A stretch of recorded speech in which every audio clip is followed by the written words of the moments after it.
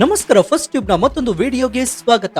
ಜಾಗತಿಕ ರಾಜಕಾರಣದ ಚದುರಂಗದಾಟದಲ್ಲಿ ಯಾವ ಕಾಯಿ ಯಾವಾಗ ಉಲ್ಟಾ ಹೊಡೆಯುತ್ತೆ ಅಂತ ಊಹಿಸಲು ಕೂಡ ಸಾಧ್ಯವಿಲ್ಲ.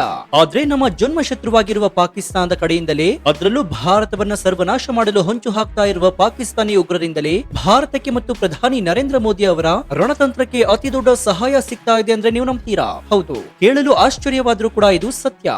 ದಶಕಗಳಿಂದ ಇಡೀ ಜಗತ್ತಿನ ಕಣ್ಣಿಗೆ ಮಣ್ಣೆರಚಿ ನಾವು ಉಗ್ರರಿಗೆ ಬೆಂಬಲ ಕೊಡ್ತಾ ಇಲ್ಲ, ನಮಗೂ ಅವರಿಗೂ ಸಂಬಂಧವಿಲ್ಲ ಅಂತ ನಾಟಕವಾಡ್ತಾ ಇದ್ದ ಪಾಕಿಸ್ತಾನದ ಸೇನೆ ಮತ್ತು ಅಲ್ಲಿನ ಸರ್ಕಾರದ ಅಸಲಿ ಮುಖವಾಡವನ್ನ ಅವರೇ ಸಾಕಿದ ಒಬ್ಬ ಉಗ್ರ ಇದೀಗ ಇಡೀ ಜಗತ್ತಿನ ಮುಂದೆ ಬಟಾಬಯಲು ಮಾಡಿದ್ದಾನೆ. ಒಂದ್ ಕಡೆ ಪಾಕಿಸ್ತಾನದ ಸೇನಾ ಮುಖ್ಯಸ್ಥ ಜನರಲ್ ಆಸಿಮ್ ಮುನೀರ್ ಅಮೆರಿಕ ಮತ್ತು ಇರಾನ್ ನಡುವೆ ಶಾಂತಿ ಸಂಧಾನ ಮಾಡಿಸುವ ಶಾಂತಿ ದೂತನಂತೆ ಬಿಲ್ಡಪ್ ಕೊಡಲು ಯತ್ನಿಸ್ತಾ ಇರುವಾಗಲೇ ಪಾಕಿಸ್ತಾನದ ರಹಸ್ಯ ಬಂಕರ್ ನಿಂದಲೇ ಒಂದು ಹೈ ಡೆಫಿನಿಷನ್ ವಿಡಿಯೋ ಲೀಕ್ ಆಗಿದೆ. ಆ ವಿಡಿಯೋದಲ್ಲಿ ಕುಳಿತಿರುವಂತಹ ಅಬು ಮೂಸಾ ಎನ್ನುವಂತಹ ಲಷ್ಕರ್ ಎ ತೊಯ್ಬಾ ಕಮಾಂಡರ್ ಕಾಶ್ಮೀರದಲ್ಲಿ ತಾವು ನಡೆಸಿದ ರಕ್ತಪಾತ ಮತ್ತು ಪಾಕಿಸ್ತಾನಿ ಸೇನೆ ತಮಗೆ ಹೇಗೆ ಬೆಂಬಲವನ್ನು ನೀಡುತ್ತಾ ಇದೆ ಎನ್ನುವ ಬಗ್ಗೆ ಭೀಕರ ಸತ್ಯಗಳನ್ನ ಬಾಯ್ಬಿಟ್ಟಿದ್ದಾನೆ. ಅಷ್ಟಕ್ಕೂ ಈ ಉಗ್ರರು ತಮ್ಮ ಮಾಲೀಕರ ಮೇಲೆಯೇ ಅಂದ್ರೆ ಪಾಕಿಸ್ತಾನದ ಸೇನೆಯ ಮೇಲೆ ತಿರುಗಿ ಬಿದ್ದಿರೋದಾದ್ರೂ ಯಾಕೆ? 70 ವರ್ಷಗಳ ಭಾರತದ ಡೋಸಿಯರ್ ಡಿಪ್ಲೊಮಸಿ ಅಂತ್ಯಗೊಂಡು ಮೋದಿಯವರ ಹೊಸ ರಣತಂತ್ರ ಕೆಲಸ ಮಾಡ್ತಾ ಇರೋದಾದ್ರೂ ಹೇಗೆ? ಈ ಒಂದೇ ಒಂದು ವಿಡಿಯೋ ಪಾಕಿಸ್ತಾನವನ್ನ FATF ಬ್ಲಾಕ್ ಲಿಸ್ಟ್ ಗೆ ದೂಡಿ ಆ ದೇಶವನ್ನ ಸಂಪೂರ್ಣವಾಗಿ ದಿವಾಲಿ ಮಾಡುವ ಮಾಸ್ಟರ್ ಸ್ಟ್ರೋಕ್ ಆಗಿ ಬದ್ದಾದ್ರೂ ಹೇಗೆ? ಬನ್ನಿ ಇವತ್ತಿನ ಈ ಡೀಟೇಲ್ಡ್ ವಿಡಿಯೋದಲ್ಲಿ ಜಗತ್ತಿನ ಯಾವುದೇ ಟಿವಿ ಚಾನೆಲ್ಗಳು ನಿಮಗೆ ಇಷ್ಟು ಆಳವಾಗಿ ವಿವರಿಸಿದಂತಹ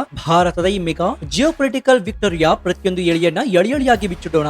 ರೋಚಕ ಮಾಹಿತಿನ ಪ್ರತಿಯೊಬ್ಬರು ತಿಳಿದುಕೊಳ್ಳಲೇಬೇಕು. ಹೀಗಾಗಿ ವಿಡಿಯೋವನ್ನ ಎಲ್ಲೂ ಸ್ಕಿಪ್ ಮಾಡದೆ ಕೊನೆವರೆಗೂ ನೋಡಿ. ಸೊ ವಿಡಿಯೋವನ್ನ ಶುರು ಮಾಡೋಣ. ಆದ್ರೆ ಅದಕ್ಕೂ ಮುನ್ನ ಪಾಪಿ ಪಾಕಿಸ್ತಾನವನ್ನ ಅಲ್ಲಿನ ಉಗ್ರರೇ ಸರ್ವನಾಶ ಮಾಡಬೇಕು ಅಂತ ನಿಮ್ಗನ್ಸಿದ್ರೆ ಎಸ್ ಅಂತ ಕಮೆಂಟ್ ಮಾಡಿ ಹಾಗೂ ವಿಡಿಯೋಗೆ ಲೈಕ್ ಕೊಡಿ. ಜೊತೆಗೆ ಪ್ರಧಾನಿ ನರೇಂದ್ರ ಮೋದಿ ಅವರ ಸಾರಥ್ಯದಲ್ಲಿ ಭಾರತ ಬಲಿಷ್ಠವಾಗಿದೆ ಅಂತ ನಿಮ್ಗನ್ಸಿದ್ರೆ ಜೈ ಭಾರತ್ ಅಂತ ಕಮೆಂಟ್ ಮಾಡಿ.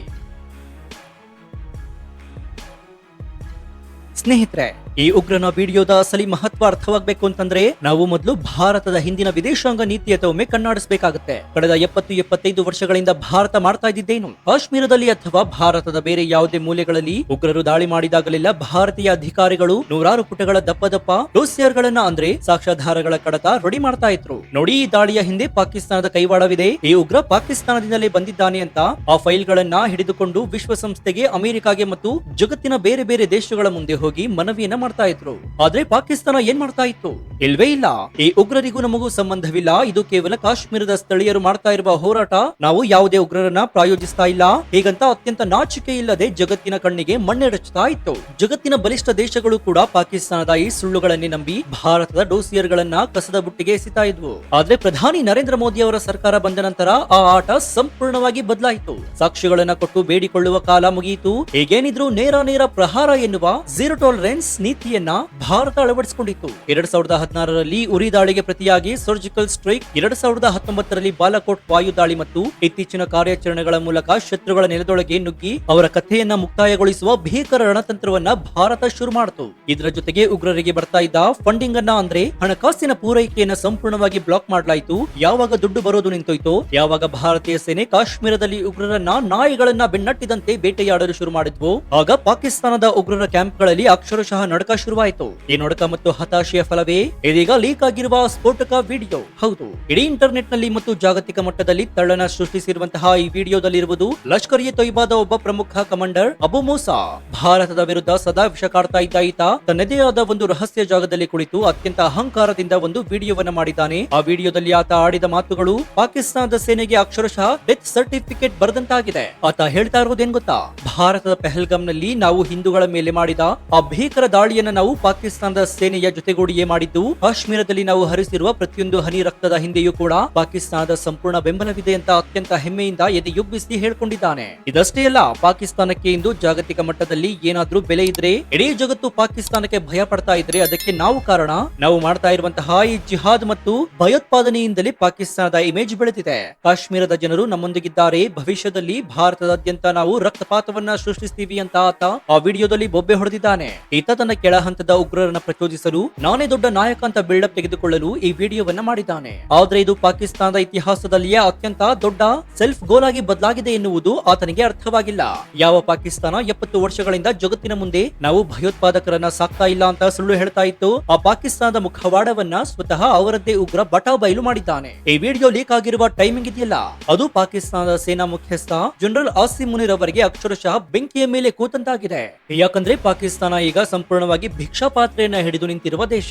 IMF ಮತ್ತು ಅಮೆರಿಕದಿಂದ ಹಣ ಸಿಗದೇ ಇದ್ರೆ ಆ ದೇಶ ದಿವಾಳಿಯಾಗುವುದು ಗ್ಯಾರಂಟಿ. ಹಾಗಾಗಿ ಪಾಕಿಸ್ತಾನದ ಕಣ್ಣಿಗೆ ಒಳ್ಳೆಯವರಾಗಿ ಕಾಣಿಸಿಕೊಳ್ಳಲು ಜನರಲ್ ಮುನೀರ್ ಇಸ್ಲಾಮಾಬಾದ್ ನಲ್ಲಿ ಅಮೆರಿಕ ಮತ್ತು ಇರಾನ್ ನಡುವೆ ಒಂದು ದೊಡ್ಡ ಶಾಂತಿ ಸಂಧಾನ ಆಯೋಜಿಸಲು ಮುಂದಾಗಿದ್ರು. ಇಡೀ ಜಗತ್ತಿನ ಮೀಡಿಯಾಗಳು ಇಸ್ಲಾಮಾಬಾದ್ ನ ಸೆರಿಯಾ ಹೋಟೆಲ್ ಮುಂದೆ ಕ್ಯಾಮೆರಾ ಇಟ್ಕೊಂಡು ನಿಂತಿದ್ವು. ಒಳಗಡೆ ಆಸಿಮ್ ಮುನೀರ್ ನೋಡಿ, ನಾವೆಲ್ಲ ಎಷ್ಟು ಶಾಂತಿ ಪ್ರಿಯರು, ಜಗತ್ತಿನ ಕಲ್ಯಾಣವೇ ನಮ್ಮ ಗುರಿ ಅಂತ ಅಮೆರಿಕನ್ನರ ಮುಂದೆ ಕೈಕಟ್ಟಿ ನಿಂತು ಪೋಸ್ ಕೊಟ್ಟಿದ್ದ.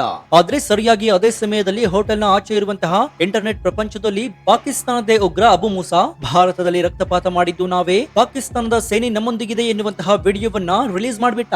ಜಗತ್ತಿನ ಕ್ಯಾಮೆರಾಗಳ ಮುಂದೆ ಜನರಲ್ ಮುನೀರ್ನ ಮುಖವಾಡ ಅಕ್ಷರಶಃ ಕಳಚಿಬಿತ್ತು. ಒಳಗಡೆ ಶಾಂತಿ ದೂತ, ಹೊರಗಡೆ ಉಗ್ರರ ಮಾಲೀಕ ಎನ್ನುವಂತಹ ಪಾಕಿಸ್ತಾನದ ಅಸಲಿ ಬಣ್ಣ ಇಡೀ ಅಮೆರಿಕ ಮತ್ತು ಯುರೋಪ್ ದೇಶಗಳ ಮುಂದೆ ಬಟಾ ಬಯಲಾಯಿತು. ಕಾಶ್ಮೀರದ ಸೇನೆ ಕಮಾಂಡರ್ ಗಳಿಗೆ ಈಗ ಈ ಡ್ಯಾಮೇಜ್ ಕಂಟ್ರೋಲ್ ಮಾಡುವುದು ಹೇಗೆ ಅಂತ ತಲೆಕೆಡಿಸಿಕೊಳ್ಳುವ ಪರಿಸ್ಥಿತಿ ಬಂದಿದೆ. ಸ್ನೇಹಿತರೆ, ಈ ವಿಡಿಯೋದಿಂದ ಭಾರತಕ್ಕೆ ಸಿಕ್ಕಿರುವ ಅತಿ ದೊಡ್ಡ ಲಾಭವೇನ್ ಗೊತ್ತಾ? ಅದು ಭಾರತದ ಮಿಲಿಟರಿ ಕಾರ್ಯಾಚರಣೆಗಳಿಗೆ ಸಿಕ್ಕಿರುವ 100% ಜಾಗತಿಕ ಜಸ್ಟಿಫಿಕೇಶನ್. ಕೆಲವು ವರ್ಷಗಳ ಹಿಂದೆ ಭಾರತೀಯ ವಾಯುಸೇನೆ ಪಾಕಿಸ್ತಾನದ ಗಡಿಯೊಳಗೆ ನುಗ್ಗಿ ಉಗ್ರರ ಲಾಂಚ್ ಪ್ಯಾಡ್ ಗಳನ್ನ ಧೂಳಿಪಟ ಮಾಡಿದಾಗ, ಅಂದ್ರೆ ಬಾಲಾಕೋಟ್ ಮತ್ತು ಆಪರೇಷನ್ ಸಿಂಧೂರದ ಸಮಯದಲ್ಲಿ ಅವರ ಲಾಂಚ್ ಪ್ಯಾಡ್ ಗಳನ್ನೇ ಒಡಿಸ್ ಮಾಡಲಾಗಿತ್ತು. ಪಾಕಿಸ್ತಾನ ವಿಶ್ವಸಂಸ್ಥೆಗೆ ಹೋಗಿ ಕಣ್ಣೀರನ್ನ ಹಾಕಿತ್ತು. ಭಾರತ ಸುಮ್ಮನೆ ಬಂದು ನಮ್ಮ ಮರಗಳನ್ನ, ಕಾಡುಗಳನ್ನ ನಾಶ ಮಾಡಿದೆ, ಅಲ್ಲಿ ಯಾವುದೇ ಉಗ್ರರ ಕ್ಯಾಂಪ್ ಗಳಿರಲಿಲ್ಲ ಅಂತ ಅಳಲನ್ನ ತೋಡ್ಕೊಂಡಿತ್ತು.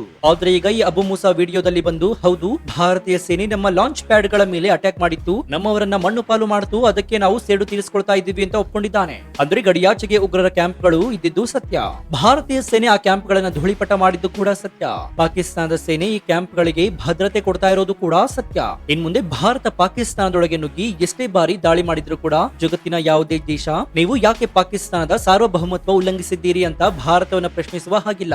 ಯಾಕಂದ್ರೆ ಶತ್ರುಗಳೇ ತಮ್ಮ ಅಪರಾಧವನ್ನ ಒಪ್ಪಿಕೊಂಡಿದ್ದಾರೆ. ಇದೆಲ್ಲದಕ್ಕಿಂತ ಮಿಗಿಲಾಗಿ ಈ ಐ ಡೆಫಿನಿಷನ್ ವಿಡಿಯೋ ಇದೀಗ ಭಾರತದ ಕೈಗೆ ಸಿಕ್ಕಿರುವ ಒಂದು ಅತ್ಯಂತ ಡೇಂಜರಸ್ ಡಿಪ್ಲೊಮ್ಯಾಟಿಕ್ ವೆಪನ್ ಆಗಿದೆ. ಭಾರತ ಈಗ ಯಾವುದೇ ಡೋಸಿಯರ್ ಮಾಡುವ ಅವಶ್ಯಕತೆ ಇಲ್ಲ. ಕೇವಲ ಒಂದೇ ಒಂದು ವಿಡಿಯೋವನ್ನ ತೆಗೆದುಕೊಂಡು ಹೋಗಿ FATF ಕಚೇರಿಯ ಮುಂದಿಟ್ರೆ ಸಾಕು, ಪಾಕಿಸ್ತಾನದ ಕಥೆ ಸಂಪೂರ್ಣವಾಗಿ ಮುಕ್ತಾಯವಾಗುತ್ತೆ. FATF ಅನ್ನುವುದು ಜಾಗತಿಕ ಮಟ್ಟದಲ್ಲಿ ಭಯೋತ್ಪಾದನೆಗೆ ಹಣಕಾಸು ನೆರವು ನೀಡುವುದನ್ನ ತಡೆಯುವಂತಹ ಸಂಸ್ಥೆ. ಕಳೆದ ಬಾರಿ ಪಾಕಿಸ್ತಾನ ತಾನು ಎಲ್ಲಾ ಉಗ್ರರನ್ನ ಜೈಲಿಗೆ ಹಾಕಿದ್ದೇವೆ, ನಮಗೂ ಅವರಿಗೂ ಸಂಬಂಧವಿಲ್ಲ ಅಂತ ಸುಳ್ಳು ಹೇಳಿ ಬೇಡಿಕೊಂಡು ಗ್ರೇ ಲಿಸ್ಟ್ ನಿಂದ ಹೊರಬಂದಿತ್ತು. ಆದ್ರೆ ಈಗ ಪಾಕಿಸ್ತಾನದ ಉಗ್ರನೇ ಸ್ವತಃ ಸೇನೆಯ ಪಾಲ್ಗೊಳ್ಳುವಿಕೆಯನ್ನ ಒಪ್ಪಿಕೊಂಡಿರುವ ಈ ವಿಡಿಯೋವನ್ನ ಮುಂದಿಟ್ಟು ಭಾರತ ಪಾಕಿಸ್ತಾನವನ್ನ ನೇರವಾಗಿ ಬ್ಲಾಕ್ ಲಿಸ್ಟ್ ಗೆ ತಳ್ಳಲು ಅತಿ ದೊಡ್ಡ ಅಸ್ತ್ರವನ್ನ ಪ್ರಯೋಗಿಸಲಿದೆ. ಪಾಕಿಸ್ತಾನ ಏನಾದ್ರು ಬ್ಲಾಕ್ ಲಿಸ್ಟ್ ಗೆ ಹೋದ್ರೆ ಅವರಿಗೆ IMF, ವರ್ಲ್ಡ್ ಬ್ಯಾಂಕ್ ಗಳಿಂದ ಬಿಡಿಕಾಸು ಕೂಡ ಸಿಗೋದಿಲ್ಲ. ಯಾವುದೇ ವಿದೇಶಿ ಹೂಡಿಕೆದಾರರು ಅಲ್ಲಿಗೆ ಕಾಲಿಡುವುದಿಲ್ಲ. ಪಾಕಿಸ್ತಾನದ ಆರ್ಥಿಕತೆ ಅಕ್ಷರಶಃ ನರಕಕ್ಕೆ ಬೀಳುತ್ತೆ. ಆಸಿಮ್ ಮುನೀರ್ ಅಮೆರಿಕನ್ನರ ಬೂಟ್ ಪಾಲಿಶ್ ಮಾಡಿದ್ರು ಕೂಡ ಅವರನ್ನ ಉಳಿಸಲು ಸಾಧ್ಯವಾಗೋದಿಲ್ಲ. ಅಷ್ಟಕ್ಕೂ ಇಷ್ಟು ವರ್ಷ ಪಾಕಿಸ್ತಾನಿ ಸೇನೆಯ ಗುಲಾಮರಂತಿದ್ದಂತಹ ಈ ಉಗ್ರರು ಇದ್ದಕ್ಕಿದ್ದಂತೆ ತಮ್ಮ ಮಾಲೀಕರ ಮೇಲೆಯೇ ತಿರುಗಿ ಬಿದ್ದು ವಿಡಿಯೋ ರಿಲೀಸ್ ಮಾಡುವಷ್ಟು ಧೈರ್ಯ ಬಂದಿದ್ಯಾಕೆ? ಇದರ ಹಿಂದಿರುವುದು ಪ್ರಧಾನಿ ನರೇಂದ್ರ ಮೋದಿ ಅವರ ಸರ್ಕಾರದ ಮತ್ತು ಅಜಿತ್ ದೋವಲ್ ಅವರ ಆ ಸೈಲೆಂಟ್ ಟ್ರ್ಯಾಪ್. ಮುಸ್ಲಿಂ ಉಗ್ರವಾದಿಗಳಿಗೆ ಮುಖ್ಯವಾಗಿ ಬೇಕಾಗಿರುವುದು ಎರಡು ವಸ್ತು, ಒಂದು ಅಜೆಂಡಾ, ಮತ್ತೊಂದು ಹಣ. ಭಾರತ ಸರ್ಕಾರ ಕಳೆದ ಕೆಲವು ವರ್ಷಗಳಿಂದ ಕಾಶ್ಮೀರದಲ್ಲಿ NIA ಮತ್ತು ಇತರ ಏಜೆಂಟ್ಗಳ ಮೂಲಕ ಉಗ್ರರಿಗೆ ಬರ್ತಾ ಇದ್ದಂತಹ ಹವಾಲಾ ಹಣವನ್ನ 100% ಬ್ಲಾಕ್ ಮಾಡಿದೆ. ಯಾವಾಗ ದುಡ್ಡು ಬರೋದು ನಿಂತೋಯ್ತು, ಉಗ್ರ ಸಂಘಟನೆಗಳಲ್ಲಿ ಶಿಸ್ತು ಸಂಪೂರ್ಣವಾಗಿ ನಾಶವಾಯಿತು. ಪಾಕಿಸ್ತಾನ ಸೇನೆ ನೀಡುವ ಆದೇಶವನ್ನು ಉಲ್ಲಂಘಿಸಿ ತಮ್ಮ ಅಸ್ತಿತ್ವವನ್ನು ಉಳಿಸಿಕೊಳ್ಳಲು, ತಮ್ಮ ಕೆಳಹಂತದ ಹುಡುಗರಿಗೆ ನಾವಿನ್ನು ಬದುಕಿದ್ದೀವಿ ಅಂತ ತೋರಿಸಿಕೊಳ್ಳಲು ಈ ಉಗ್ರ ಕಮಾಂಡರ್ಗಳು ಹತಾಶರಾಗಿ ಇಂತಹ ವಿಡಿಯೋಗಳನ್ನ ರಿಲೀಸ್ ಮಾಡ್ತಾ ಇದ್ದಾರೆ. ತಾವೇ ಸಾಕಿ ಬೆಳೆಸಿದಂತಹ ಹಾವು ಈಗ ಪಾಕಿಸ್ತಾನದ ಸೇನಾ ನಾಯಕನನ್ನೇ ಕಚ್ಚುತ್ತಾ ಇದೆ. ಒಟ್ಟಾರೆಯಾಗಿ ಹೇಳೋದಾದ್ರೆ ಇಂದು ಜಾಗತಿಕ ಭೂಪಟದಲ್ಲಿ ಭಾರತ ಆಡ್ತಾ ಇರುವಂತಹ ಆಟ ಸಂಪೂರ್ಣವಾಗಿ ಬದಲಾಗಿದೆ. ಶತ್ರುಗಳು ನಮ್ಮ ಮೇಲೆ ಬಲೆ ಹೆಣೆಯಲು ಬಂದ್ರೆ ಅದೇ ಬಲಿಯಲ್ಲಿ ಅವರನ್ನ ಸಿಲುಕಿಸಿ ನೇಣು ಹಾಕುವ ತಂತ್ರಗಾರಿಕೆಯನ್ನ ನವ ಭಾರತ ಕರಗತ ಮಾಡ್ಕೊಂಡಿದೆ. ಸೊ ನಿಮ್ಗೇನನ್ಸುತ್ತೆ? ಪಾಕಿಸ್ತಾನದ ಉಗ್ರರೇ ವಿಡಿಯೋದಲ್ಲಿ ಬಂದು ಕಾಶ್ಮೀರದ ರಕ್ತಪಾತದ ಹಿಂದೆ ಪಾಕಿಸ್ತಾನಿ ಸೇನೆಯ ಕೈವಾಡವಿದೆ ಅಂತ ಬಾಯ್ಬಿಟ್ಟಿರುವುದು ಪ್ರಧಾನಿ ನರೇಂದ್ರ ಮೋದಿ ಅವರ ರಣತಂತ್ರಕ್ಕೆ ಸಿಕ್ಕ ಅತಿ ದೊಡ್ಡ ಜಾಗತಿಕ ಗೆಲುವು ಅಂತ ನಿಮ್ಗನ್ಸುತ್ತಾ? ಈ ವಿಡಿಯೋವನ್ನ ಸಾಕ್ಷಿಯಾಗಿಟ್ಟುಕೊಂಡು ಭಾರತ ಪಾಕಿಸ್ತಾನವನ್ನ ಬ್ಲಾಕ್ ಲಿಸ್ಟ್ ಗೆ ಸೇರಿಸಲು ಮುಂದಾಗಬೇಕಾ? ಪಾಕಿಸ್ತಾನ ಸೇನೆ ಅಮೆರಿಕ ಮುಂದೆ ಶಾಂತಿ ದೂತ ಅಂತ ಬಿಲ್ಡಪ್ ಕೊಟ್ಕೊಂಡು ಹಣ ಕೀಳಲು ಮಾಡ್ತಾ ಇದ್ದಂತಹ ನಾಟಕಕ್ಕೆ ಇಸ್ರೇಲ್ ಮತ್ತು ಜಗತ್ತು ಇಟ್ಟಿರುವಂತಹ ಚಾಟಿ ಏಟಿನ ಬಗ್ಗೆ ನಿಮ್ಮ ಅಭಿಪ್ರಾಯವೇನು? ನಿಮ್ಮ ಅತ್ಯಂತ ನಿಖರವಾದ ಲಾಜಿಕಲ್ ಮತ್ತು ಪ್ರಾಮಾಣಿಕ ಅನಿಸಿಕೆಯನ್ನು ಕಮೆಂಟ್ ಬಾಕ್ಸ್ ನಲ್ಲಿ ತಪ್ಪದೆ ತಿಳಿಸಿ, ಮುಕ್ತವಾಗಿ ಚರ್ಚಿಸೋಣ. ಭಾರತದ ಈ ಭರ್ಜರಿ ಜಾಗತಿಕ ಗೆಲುವು ಮತ್ತು ಪಾಕಿಸ್ತಾನದ ಅಸಲಿ ಮುಖವಾಡವನ್ನ ಬಯಲು ಮಾಡುವ ಈ ಸ್ಫೋಟಕ ರಿಪೋರ್ಟ್ ಪ್ರತಿಯೊಬ್ಬ ಭಾರತೀಯನಿಗೂ ತಲುಪುವಂತೆ ಹೆಮ್ಮೆಯಿಂದ ಈ ವಿಡಿಯೋವನ್ನ ನಿಮ್ಮ ವಾಟ್ಸ್ಆಪ್, ಫೇಸ್ಬುಕ್ ಗ್ರೂಪ್ ಗಳಲ್ಲಿ ಮರೆಯದೆ ಶೇರ್ ಮಾಡಿ. ಇದೇ ರೀತಿ ರಾಷ್ಟ್ರೀಯ ಭದ್ರತೆ, ಜಾಗತಿಕ ಆರ್ಥಿಕತೆ ಮತ್ತು ಜಿಯೋಪೊಲಿಟಿಕ್ಸ್ ನ ನಿಷ್ಪಕ್ಷಪಾತ, ತ್ವರಿತ ಮತ್ತು ಅತ್ಯಂತ ಡೀಟೇಲ್ಡ್ ಆದ ರಿಪೋರ್ಟ್ ಗಳಿಗಾಗಿ ನಮ್ಮ ಫಸ್ಟ್ ಟ್ಯೂಬ್ ಯೂಟ್ಯೂಬ್ ಚಾನಲ್ ಅನ್ನು ಈಗಲೇ ಸಬ್ಸ್ಕ್ರೈಬ್ ಮಾಡಿಕೊಂಡು ಪಕ್ಕದಲ್ಲಿರುವಂತಹ ಬೆಲ್ ಐಕಾನ್ ಅನ್ನು ಪ್ರೆಸ್ ಮಾಡಿ. ಇದರಿಂದ ನಾವು ಹಾಕುವ ಹೊಸ ವಿಡಿಯೋಗಳ ನೋಟಿಫಿಕೇಶನ್ ಮೊದಲು ನಿಮಗೆ ಸಿಗುತ್ತೆ. ಮತ್ತೊಂದು ಹೆಮ್ಮೆಯ ಮತ್ತು ಅಚ್ಚರಿಯ ವಿಡಿಯೋದೊಂದಿಗೆ ನಿಮ್ಮನ್ನ ಭೇಟಿಯಾಗ್ತೀನಿ. ಅಲ್ಲಿಯವರೆಗೂ ಎಚ್ಚರದಿಂದ ಇರಿ, ದೇಶ ವಿದೇಶದ ಆಗು ಹೋಗುಗಳನ್ನ ಗಮನಿಸ್ತಾನೆ ಇರಿ. ಇದಾಗಿತ್ತು ಈ ಕ್ಷಣದ ವಿಶೇಷ. ನೋಡ್ತಾ ಇರಿ ಫಸ್ಟ್ ಟ್ಯೂಬ್ ಕನ್ನಡ. ಧನ್ಯವಾದ.